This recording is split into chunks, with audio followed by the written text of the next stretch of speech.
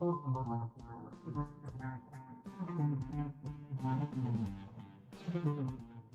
everyone, and welcome to Discover Rising Tides, How the Outside Makes the Inside Better. I am Jeanne Gallagher, and I am here with Denise. And Denise is our menopause mentor, so we'll put that out there first. And we are really on an interesting topic.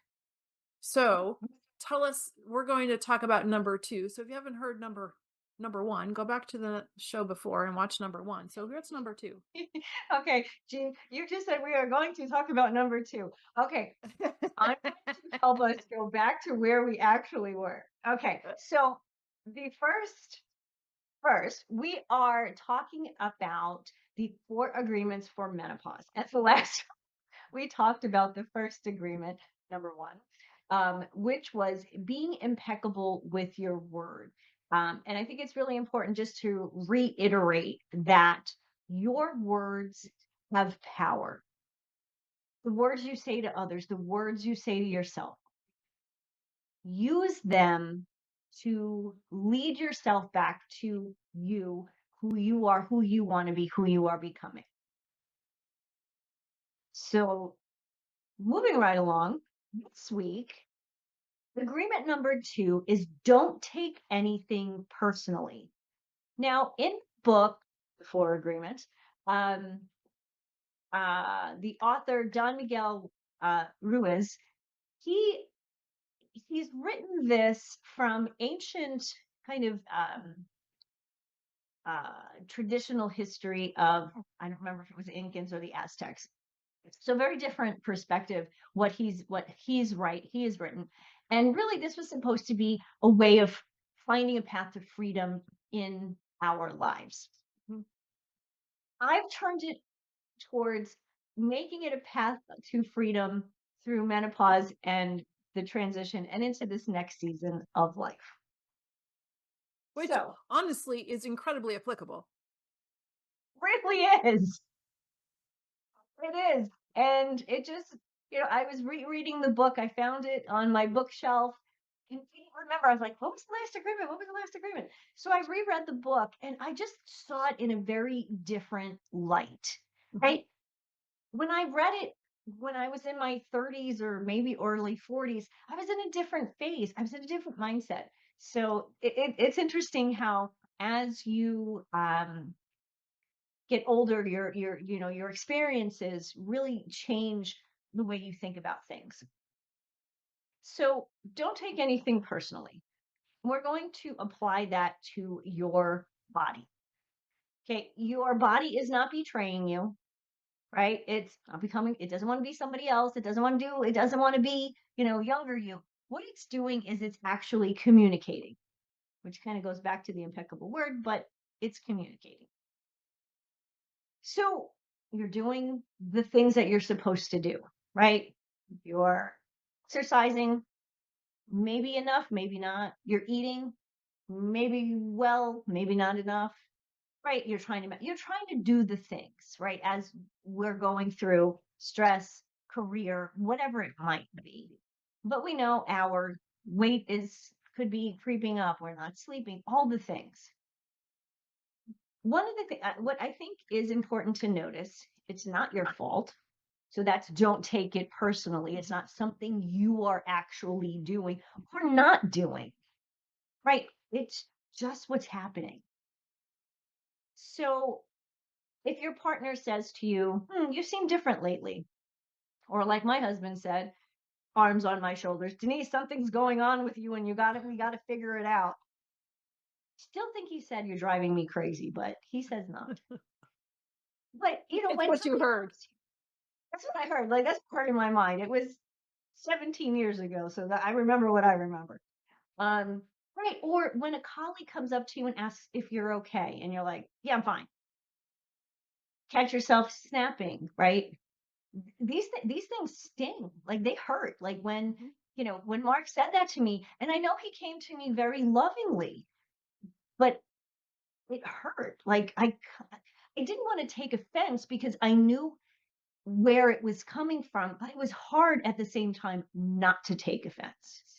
But also, isn't that partly because you didn't know it was happening? Absolutely. That's the piece that's the part that's so challenging, is that you have somebody telling you that something's not right, but you don't notice a thing because things are transitioning and you might not be aware.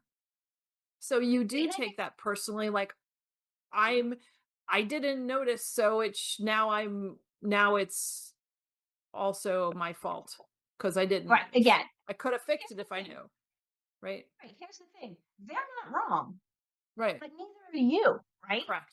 Yeah. Right, because you're seeing the way, you act, respond to others, from your point of view.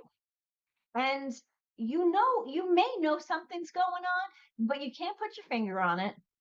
You don't think it's menopause or perimenopause or whatever, somewhere along that line. Um, Hormonal changes affect our mood. It affects our patience and our emotional bandwidth, right? That's not something you necessarily feel, Mhm. right? Until you start to actually recognize it. And sometimes we do need someone to say, hey, something's going on over there, right? So, and instead of taking it personally, it's because if we take this personally, what's happening to us, how other people are seeing us. But now keep in mind, this can really affect you at in your home relationships with your Mhm. spouse, with your parents, with your kids, with your coworkers, with your Mhm. boss, right? And if you're not noticing this, they're noticing something, right? This could just spiral out of hand, And it right? can And create some unneeded tension. absolutely, Mhm. which you don't need because then that just increases your cortisol levels, which it's keeping you awake, not making your melatonin, and oh my gosh, it escalates into something bigger and bigger, right? So what if instead of seeing this as being defensive or be embarrassed, you see this as information? Mhm. So again, it's nothing personal. It's nothing you are doing um consciously, right? But your body's doing something you've never experienced before. Mhm. And maybe it's saying, hey, let's take a look at this, right? Because these signs, these signals, um, are there to protect you. And if you're ignoring them, they just, again, spiral, they escalate and spiral out of control. And then at some point, you are saying things and doing things.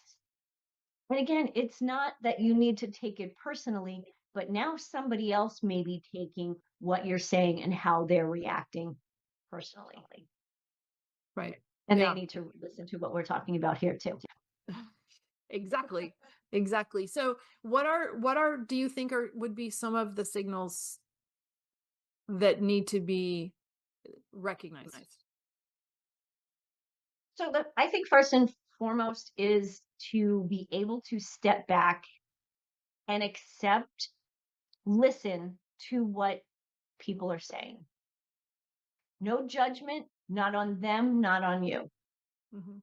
And just hear what they're saying. The other thing then that's one thing you need to kind of hear what other people are experiencing from you. But then you have to take that and try to decipher what is going on with me. How do I feel? Mhm. And when I act out, why am I doing that? What's the situation that I'm in? Am I not sleeping so I'm tired? Do I have, my mind's just not thinking clear? What's going on? Again, these are things that they're not personal in a way that you should take it personally like it's your fault, but it's personal in a way that it means something to you because you're the person experiencing it. Mhm. Yeah. And in just that pause and thought, let's Could there be something you know, it's funny, these words that have come up in the podcast that we've just recorded are coming up here for me too. So having the curiosity of saying, what could be different? And taking that time to reflect on that could be and listen to the answers that you're getting from yourself.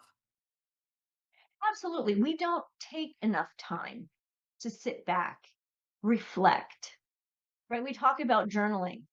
People either love it or they hate it.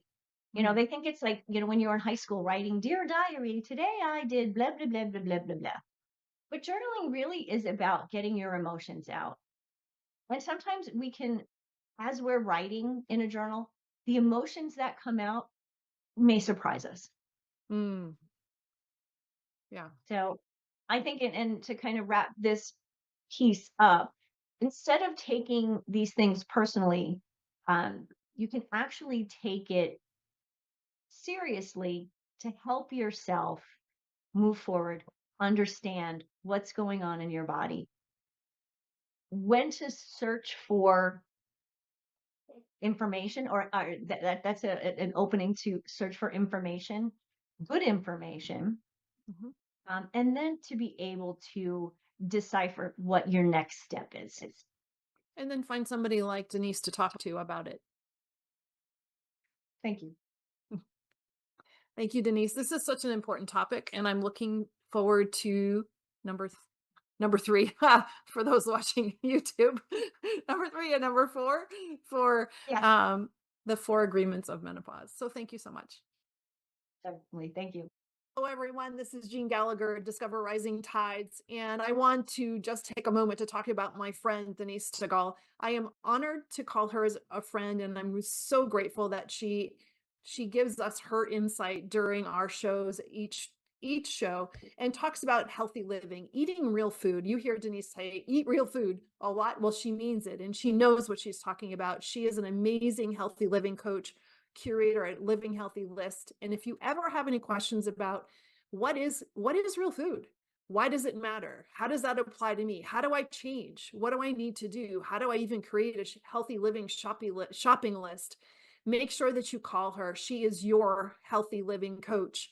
And you can find her at healthylivinglist.com.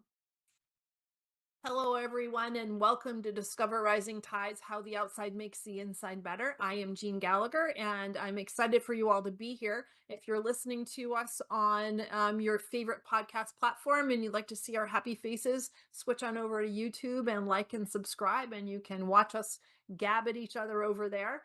And today's guest, I'm excited to introduce Diane Simard. Diane, thank you so much for being here with us today. Oh, it's a pleasure to be here. Thank you for inviting me. I am glad to. And so before we get started, I'd like you to give us a little bit about your background and then we're going to dive in. There's so much for us to talk about. Absolutely. I refer to myself as a life commentator, which means many things, which means I've been through a lot in life. And some of the highlights are that I was trained as a print journalist, but I did business writing for most of my career. My ex husband and I sold a business and got divorced right away afterwards. And so I started investing in startup companies and I learned a lot. And there were some good experiences and not so good experiences. But all of that didn't matter in 2015 when I was diagnosed with stage 3 breast cancer.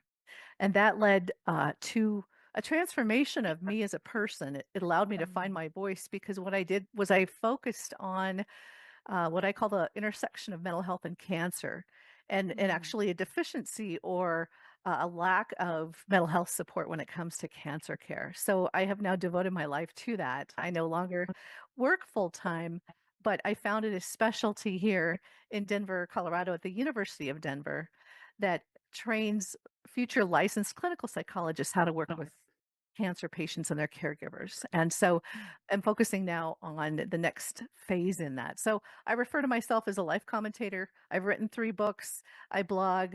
I speak on this topic as often as I can. And I just really care about that this mm. focus on mental health needs to be a standard part of cancer care. You know what's interesting? Coming from a non writer. Mhm. and I am a non-writer, um, and I've embraced it too. Uh, your beginnings as a print journalist, and which involves writing and communicating to others about a subject, it took your own health journey to find your voice, Mhm. even though you were voicing information of other things for years, but your own voice came up during or post health issue. Isn't that interesting? I often say the realization for me, and this came from years of really pondering this, but I was propping everybody else up my whole career, my whole life, actually. And it was being forced, facing my mortality. I had a non aggressive grade of cancer that was behaving aggressively. And so I was given the nuclear bomb treatment. Everyone agreed on my medical team that that's what should be done. But I really pondered it was that pondering your mortality, and I was just determined that the second chapter, the second half of my life was gonna be more meaningful, more peaceful, more joyful. And, this unfortunate experience really brought me so much clarity. Mm. A lot of people that I talk to have been through something, Mhm. and that something that they've been through changed the course of their professional career in a way, but also their mental outlook on things. And a lot of it came through the trauma or the lack of resources in their own experience, and realized there was a void of need, and that really helped them apply their energies to fill that void. And that's exactly what you've done as well. I was actually looking for something, and when I discovered in a conversation with my medical oncologist that she did not know of any therapists that worked with Mhm. kinda tightly wound, high-strung business professionals like me about their cancer experience, because it was all about control, and I was so scared I was never gonna feel good again, and I I just started asking questions, and it was that training I had, that inquisitive nature that I have, that Mhm. is the reason I started to ask a lot of questions and had contacts and in higher education, and so I stumbled upon this, and ever since it's become my foundation, my platform, and there's something, you're right, that's so impactful, life-changing, can be about a traumatic experience. And again, it doesn't have to just be cancer. It can be death, divorce, loss of a job, all of those traumas. But this one, I just was really ready for a change. And this Mhm. was that catalyst, that trigger that helped me do a lot of self-analyzation, asking a Mhm. lot of questions, and then researching these 3 books that I wrote. I uncovered some incredible answers that I would not have received had I not gone through this experience. That's really impactful is a word that doesn't seem even to be appropriate, but the for the imagery that I got there through what you were saying is that you're this professional, tightly w- tightly processing person is now in a situation that they have zero control and 100% dependency on others who appear to have control, but it's not tangible. There's no way to vet them to make sure that what they're saying is really true, and you have no choice but to go with what they're saying, and now you are totally out of control. It's a great point, and thank you for bringing that up. And there is a lot of there were a lot of times when I just felt like I needed to go with my gut, and not a lot of time to make potentially life-changing question or answers, make decisions. And I just decided I am going to listen to my inner self. I'd really never trusted myself to this degree before, but this forced me to do that. And I learned so much about who I really am. And that's been so valuable. Mm. Yeah, and the writing the books must have been cathartic too as well. Absolutely, it was. And there again, I was doing a lot of journaling during treatment when I was not feeling well. And I was shocked at excuse me, how good it felt to just get it out, to put it down in words. I'm driven by words, Mhm. and it was so helpful and helped me kind of maintain my sanity, but also express myself because I keep going back to propping when you spend your career trying to make everybody else but yourself look good, because in my mind, it's my job to prop everyone up. Now it's my time to take care of myself Mhm. and to decide who I'm going to be. And thankfully, I had a cancer considered treatable, but there's Mhm. so many unanswerable questions that we don't know. We hope we're gonna try this drug on you and hope that you don't have a bad reaction. I mean, there Yeah. was that. Yeah. It was And shocking. we hope it works too. Yeah, Oh, by the way. exactly. Yeah, and We and hope that the symptoms that you're going to get from the drug are going to be manageable because maybe they're going to take care of the other things, but you yeah, might die from those. I had that said to me when the second chemo. I had 16 rounds of chemo, and the second 12-week weekly drug that I was um, having chemo infusions with. They gave me a double a dose of steroids before I started that drug because there's no test to see, because if I'm allergic to it, I'll die. Wow. And so what did I do? I was fine with the drug, but I got sick from the double dose of steroids. I mean, Of course. I laugh about this is not funny. I don't mean to make light of this, but the point in this is that as a result, I'm so um, divergent. I'm so unique. I'm so different. And my medical team couldn't get over the fact that I had this non-aggressive grade that was behaving aggressively. And all they knew to do, which is what everybody agreed with, was just to give her the nuclear bomb treatment, to give her everything, come close to feeling like she's going to die and wants to die, but that's what everybody recommended.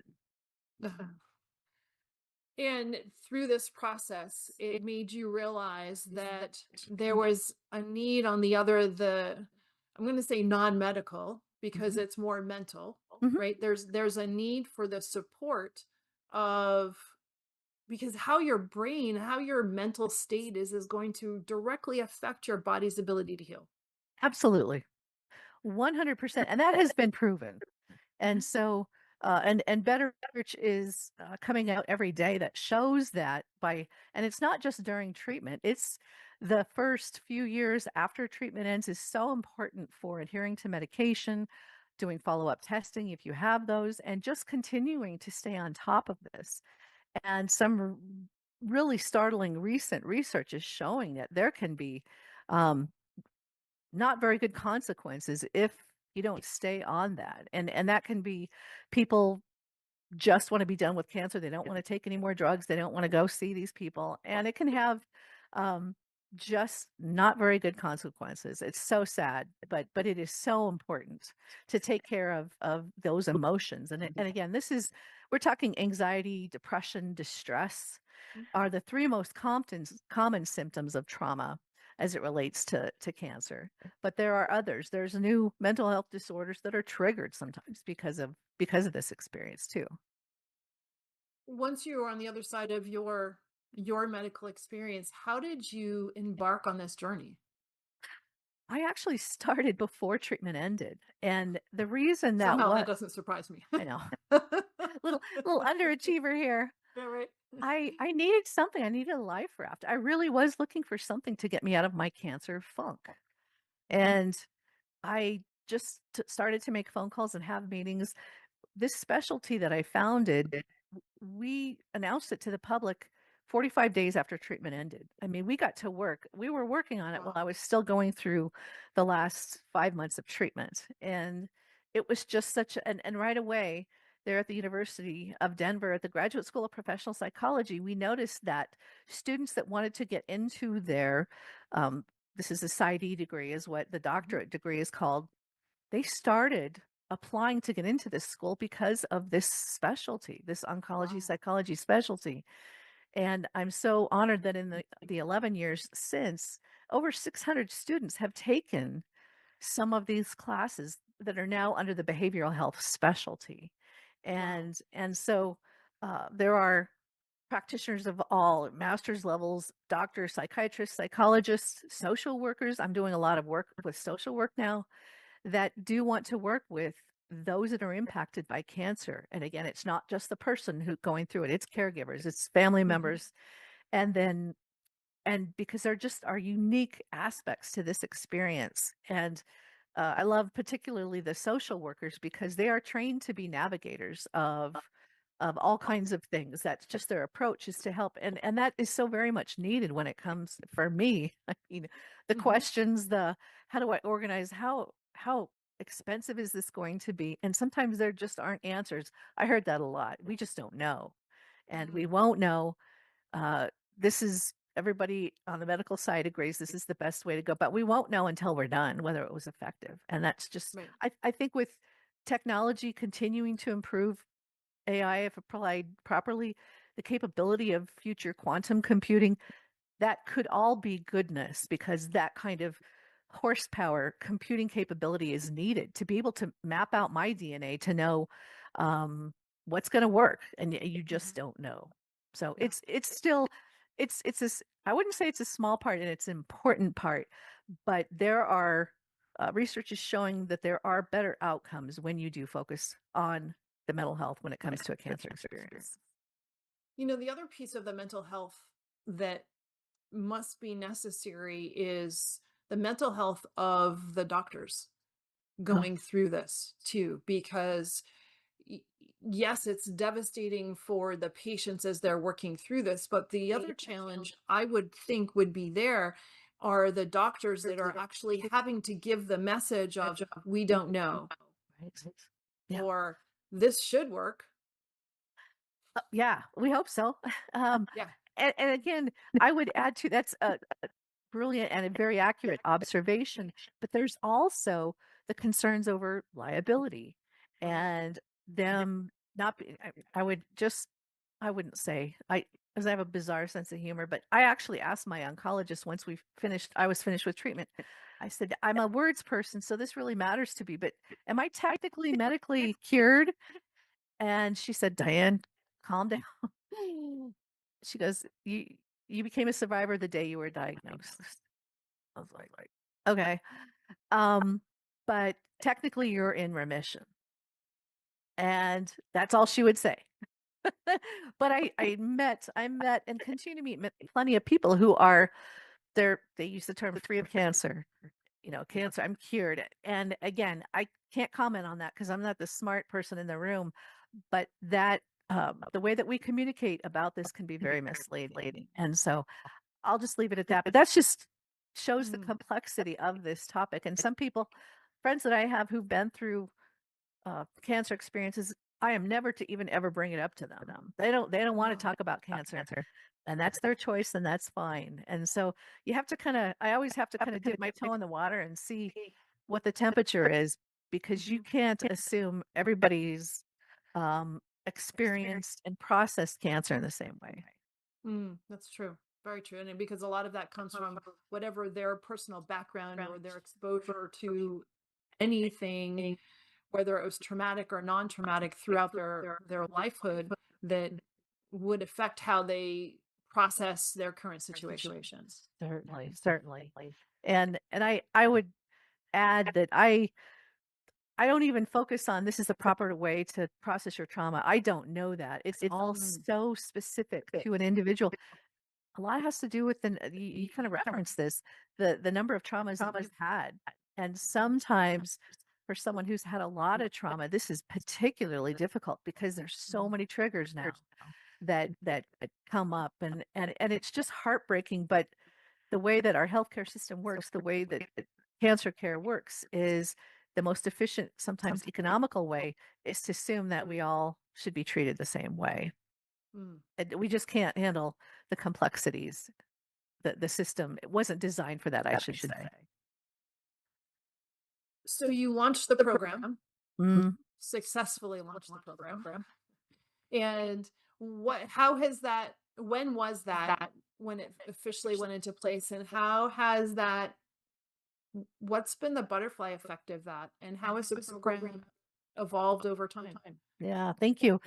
The effect of that is more attention just being paid to this field of study, field of research, field of practice, there are more and more, and I'll say clinical psychologists that are focusing on just behavioral health. And because it's not just cancer that causes health related trauma, there's all kinds of other conditions, and they keep plenty busy. The ones that I know who do that are booked out months in advance. It's heartbreaking, Mm. but it's just an important note to your point.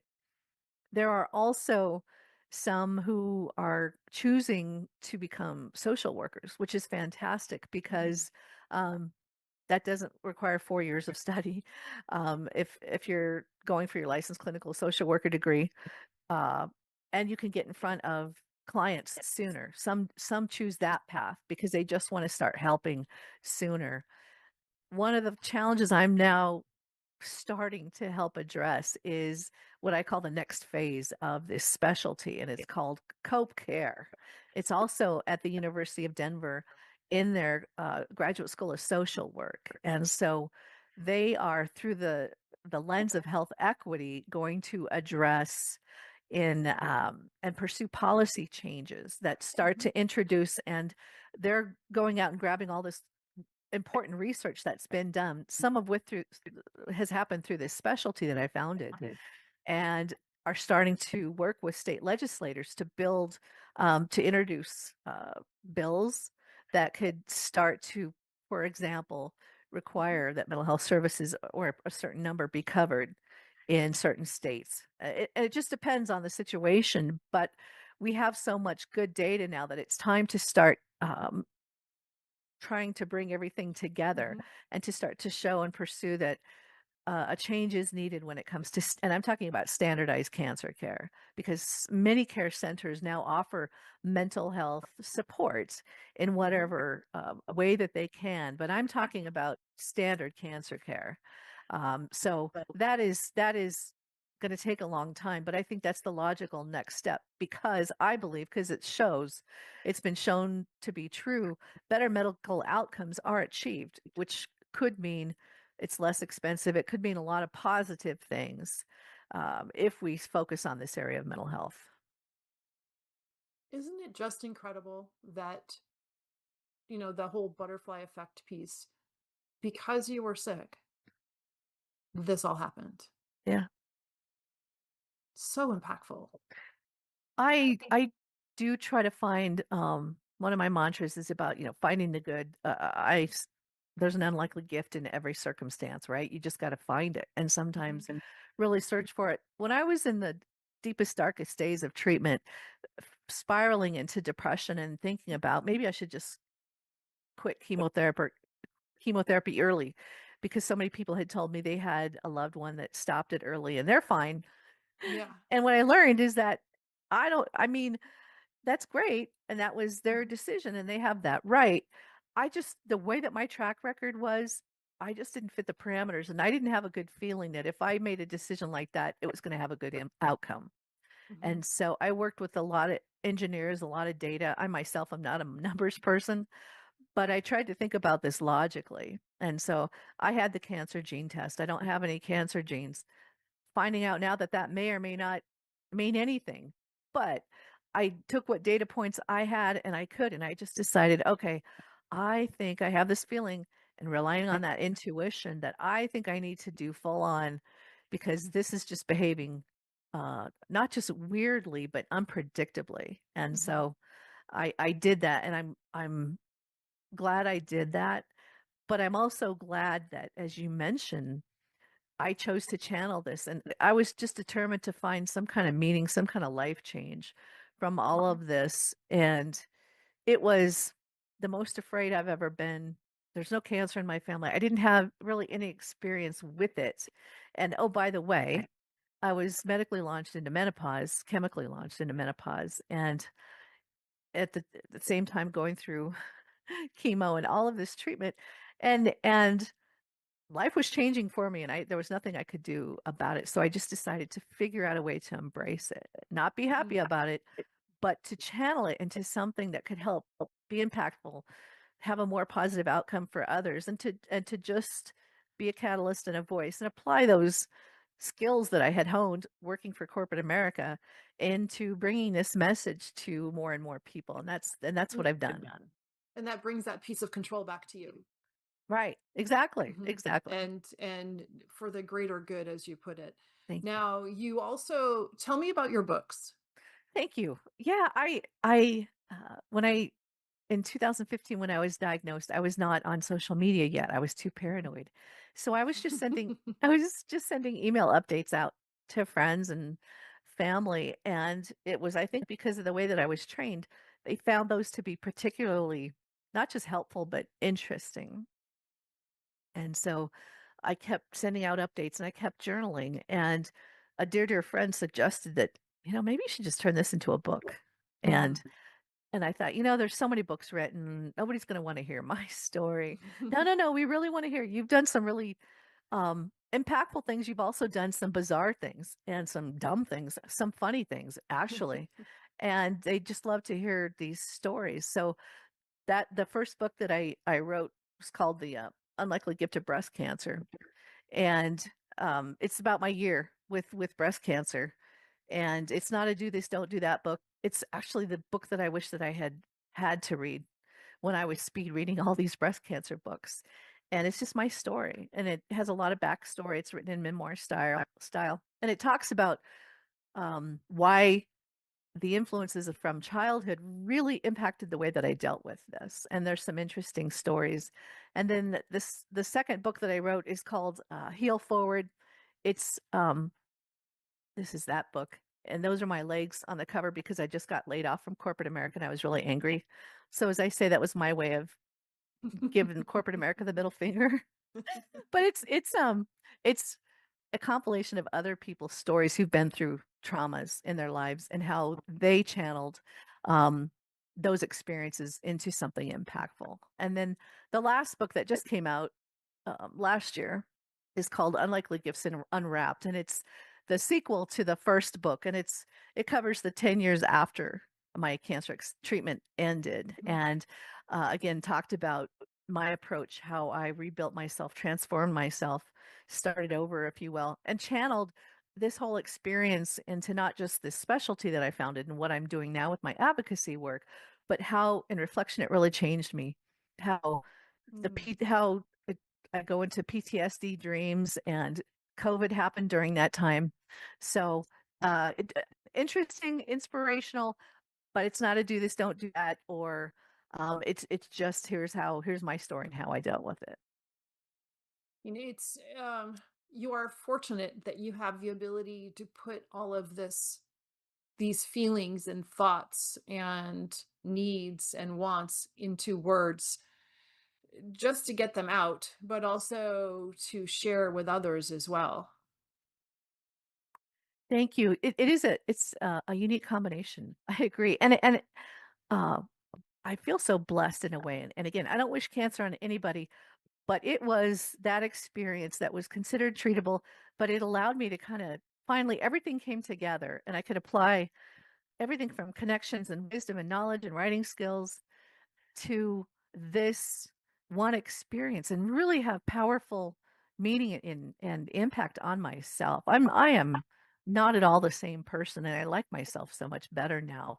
Again, not because I went through cancer, but how I dealt with it. And Mhm. I think so much of who we are as individuals can have a lot to do with how you look at the unfortunate things that happen, the same problems or challenges we have over and over and over, and just deciding once and for all, I want to improve my life. I want to be full of joy and peace, and I'm going to Mm. stop, as someone told me, stop propping up the idiots and focus on yourself. And I really did that. And it was great. It was such great advice. You mentioned advocacy work. Hmm. What are you doing My in addition to all the things yeah, we've already talked about? I do continue. It's great, and I'm a self-published author. I have to own the rights. I have to be in control of the message. Not a surprise, probably. Yeah. But as a result, I've built this wonderful following, and so I blog. I still do a blog every other month, and then I do a newsletter, which is really the people version of our lives. I do that every other month as well, just as a way because people are interested in when I'm speaking, what I do, who I meet, and that ties into the other part of the active advocacy that I'm doing now. Besides again, guesting on wonderful podcasts like this one and talking about this topic is I'm back, and I mentioned the follow on, kind of the sequel to this specialty that I started in working with this Graduate School of Social Work at the University of Denver with their board of advisors. And so we are looking at, as I say, raising their reputational capital through funding, through getting the word out that social workers are so important for addressing societal disparities and challenges, and just teach people how to look at problems and challenges in a light that is more focused on problem solving and thinking comprehensively, and thinking that, okay, all is not lost. It gives you hope. It gives you, um, I guess, affirmation that someone actually cares about Mm, something that's going on in your life that is really, really challenging and trying to bring you down. And how can we help mm, you with that? So, yeah, the social work, and then just continuing to do what I do. People ask if I'm going to write more books. I probably will, but I'm starting to get away from the whole cancer thing and focusing more on trauma. I'm probably going to write a book about funny and dysfunctional things that have happened to me, because I invested in startup companies there for a while after getting divorced and didn't know what to do with myself, and just and I don't make fun or get people in trouble. It's just really, to be an entrepreneur, to try to launch a business, so difficult and challenging. And I saw some really inspirational things. I saw some entrepreneurs do a lot of things right and a lot of things wrong. So it's mhm, just a recap of that. mm. And it is the ups and the downs of whatever the project is the normal process of launching a project, and Mhm. it's never going to go correctly all the way every time, but being able to look back and have some humor in that, and also learn from those fluctuations Yeah. is really important to be able to do. I thank you and for bringing that up. And I think I've gotten better at not being afraid of change, of being of like, oh, I've never done this before. I've gained confidence, and Mhm. again, tapping into this wonderful network of friends and others. And it's not just taking, it's giving, it's reciprocating, it's being together and working together. Those life lessons, that's just so important to help us continue to respond to, deal with rapidly evolving world, and just technologically right now. I mean, it's incredible. And Things are um, moving so oh fast. my gosh. And with Mhm. the work that you do, just financially, I mean, are we going to all have to work until we can no longer? Are we going to get to enjoy retirement? Those are questions that I'm asking. Mhm. And the people that I interact with is, how do you plan for the future now? I mean, it feels Mhm. like it's just changing so rapidly. Everything does change, and the having the right resources and the right people to talk Yeah. to coach you through that, as in anything that you're going through, is so important, because even you can take this on the mental health side, whether it's finances or mental health or whatever it happens to be. The thoughts that you have within yourself, and the worry that you have within yourself, or the conversations that you have with your peers, are important, but they might be out of perspective. Yeah. The noise that we hear everywhere, whether it's in any subject, and having the the expert or the content expert to be able to regulate the noise and Right. apply it to your situation is so important.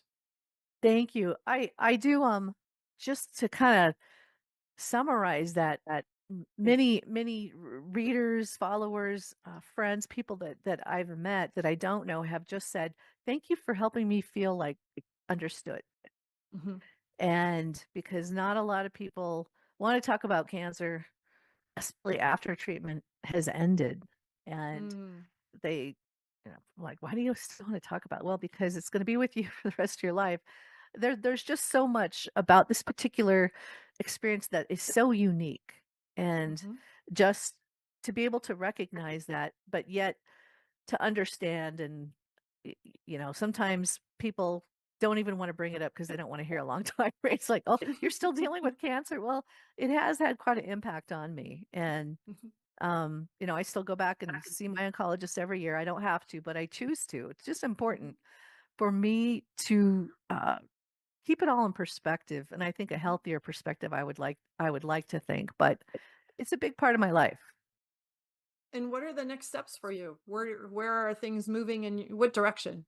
Yeah. I, a clearer direction. I am working. I'm in a year of enlightenment is what I'm calling this year. Is I'm taking time to update a lot of my personal business stuff that I've done that I need to either wrap up. Just everything needs to be put in its place. um, Legal documents need to be updated. I'm taking time to do that. So once this year is finished, I'm going to get back into creative mode. I mentioned this Mhm. book that so many people have asked me to write. They really want to see what I have to say. I don't mean to humiliate anyone. It's just this stuff is some of this stuff is But hang pretty on. funny.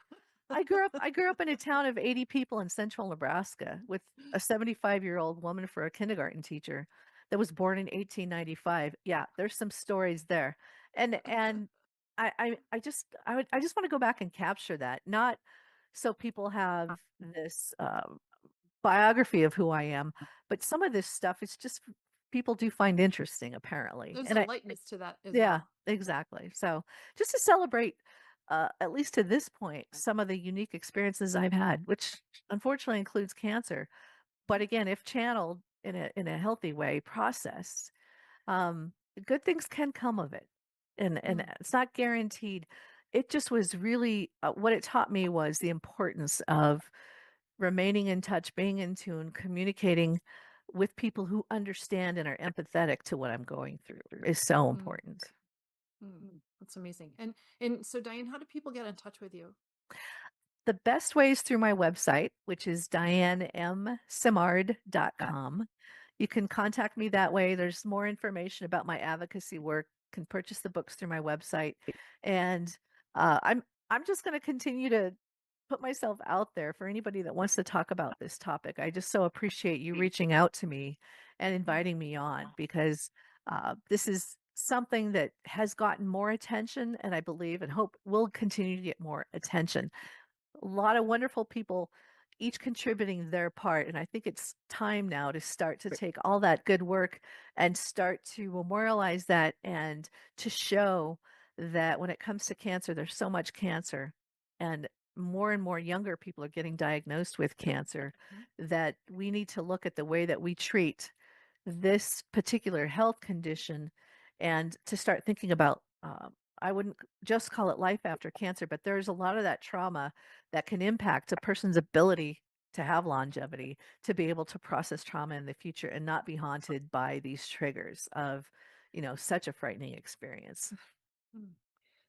I want to thank you so much, and I don't know that I can put it into enough words to express my respect for everything that you have accomplished post cancer treatment and how it will continue to affect others in such an amazing way. You have a gift. Thank you so much. I do sincerely appreciate that. And I have to always remind myself that, you know, all the moments when I really doubted myself and I faced a couple moments of mortality that I write about Mm, in my books. And it was important for me I don't wish that on anybody, but it was kind of what I needed. It was the open your eyes.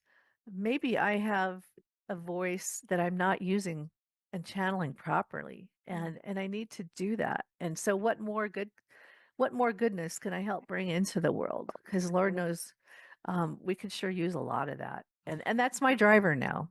mhm. Okay. Well, Diane, thank you. Thank you so much for your My time, pleasure. and I appreciate your work. Thank you so much for having me on. Thank you so much for listening today. Today's show is sponsored by Seaside Solutions, my financial services company. As a business owner, it's easy to be pulled in many different directions, and often taking care of yourself plummets to the bottom of the list. For me, I find myself outside to reground. My time outdoors helps me manage my day more effectively and be more present for my clients. Through this, Discover Rising Tides was born. At Seaside Solutions, we truly believe that education is the foundation of financial wellness. Our primary focus is to provide guidance that is designed to help you achieve your long-term financial goals and visions. Working with a plan allows space for doing more things that you love, like being outside to make the inside better. If I can help you create or realign your plan, or if you would like to be added to my weekly newsletter, please let me know. This week's topic was 5 ways to set more achievable goals. Your referral means the big, beautiful world to me. And if I can help, please let me know. And thank you so much for listening, and see you next time.